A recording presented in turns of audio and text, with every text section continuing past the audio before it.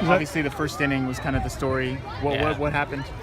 Well, I think you give them a little bit of credit. Gage Canning, who's going to be a great player, ambushed a fastball right there.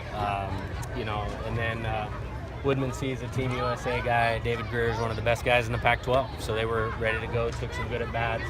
I thought we could have minimized the damage. He didn't make a play, and that led to 3 runs. And that's college baseball. That's why these guys are here. And if they had it all figured out, they'd be at Yankee Stadium, but that happens sometimes. After all the build-up, though, that's a tough first inning to have to go through with so much on the line. First I want to comment on that. This was unbelievable. This is why I came to coach here, in terms of the crowd and the atmosphere and all those types of things. And they were great. I mean, it was 5-0. It felt like 50-0 for a little while there, and they didn't miss a beat. So, A+ job by them. In regards to that, I don't know that any of that affects our play. We really work hard at mindset. The game is hard, and I think it beat us a little bit early. I don't think it had anything to do with anything outside of what happened between the lines. You gotta like the way that Nathan bounced back and went the rest of the way after that. Superstar. Yeah, he's having a Hall of Fame season, and it's another great performance. Did he change anything after the first inning? No, I think again, if you look at it, Canning, it's a really good swing.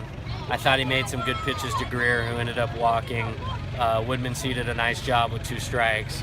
So I think you tip their hat. I think you tip your hat to ASU. I think he persevered through us not making a couple plays in the infield and said, I'm not coming out of this game, and I'm going to give us a chance to win, which after the ambush, he did a great job of that. Any kind of rust factor at all with Dahlbeck, or did the ball just simply slip out of his hand on that play? I don't know. You'd have to ask him on that. I mean, he looked like Brooks Robinson in practice all week. Is it your plan to recruit aggressively in Phoenix? Absolutely. Yeah. We're doing well there too.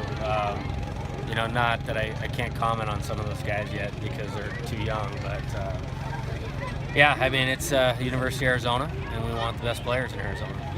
What is the basic message to the team heading into tomorrow?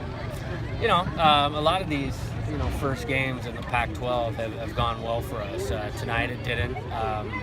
My message is to show up tomorrow where if somebody was a casual observer walking by, they wouldn't be able to tell if we won or lost tonight. And sure, come out more determined, those types of things, but I don't have to coach that with this team at this point, which is great. It was tough offensively for you tonight.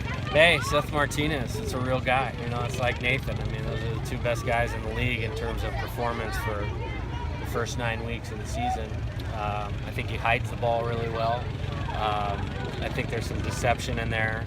I thought we had some good swings as we got into the middle of the game where we didn't necessarily get good results, so that was a positive. Get him out of the game and getting Irby's in there tonight for 30 pitches is a win, and in terms of the rest of the weekend. What goes into pinch hitting Horde in that spot? He's had a great month of practice. I mean, those guys are getting live ABs every week.